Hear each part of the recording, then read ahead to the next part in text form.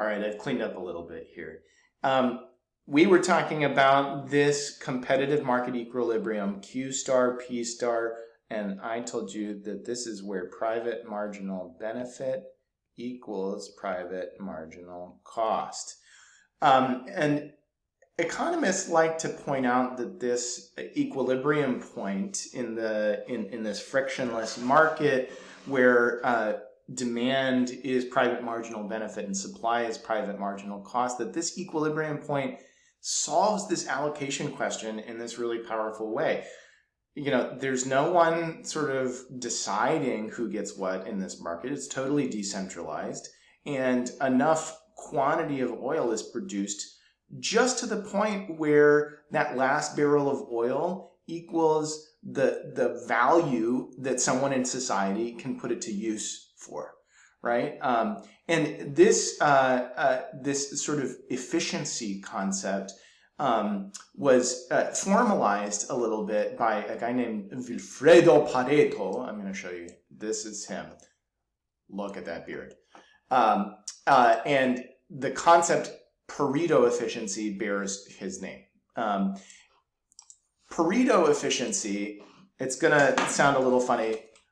Pareto efficiency is a point where no Pareto improvements can be made.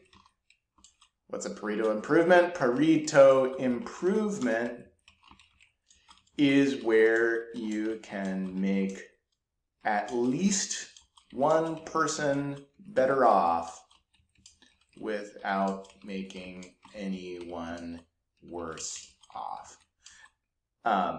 And by better off, like better off means preferences satisfied.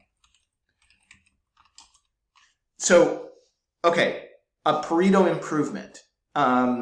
Is there room for a deal? Can we make somebody better off without hurting somebody else? Now, you might recognize that this is a pretty weak criteria, right? Because it doesn't say anything about distribution.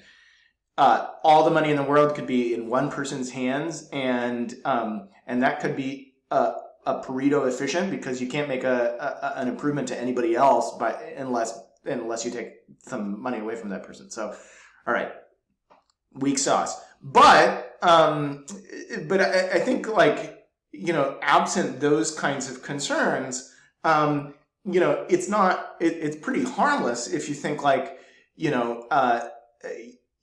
if you can maximize preference satisfaction in society, that's like, a place where you should try and get to. And it turns out that this point, this equilibrium point, has that Pareto optimal kind of quality.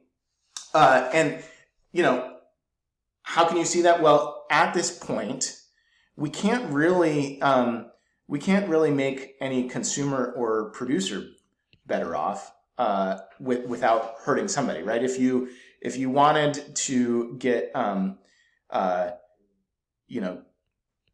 producers more money by going up in this direction, you'd be harming consumers, right? Because they don't have willingness to pay that exceeds that quantity.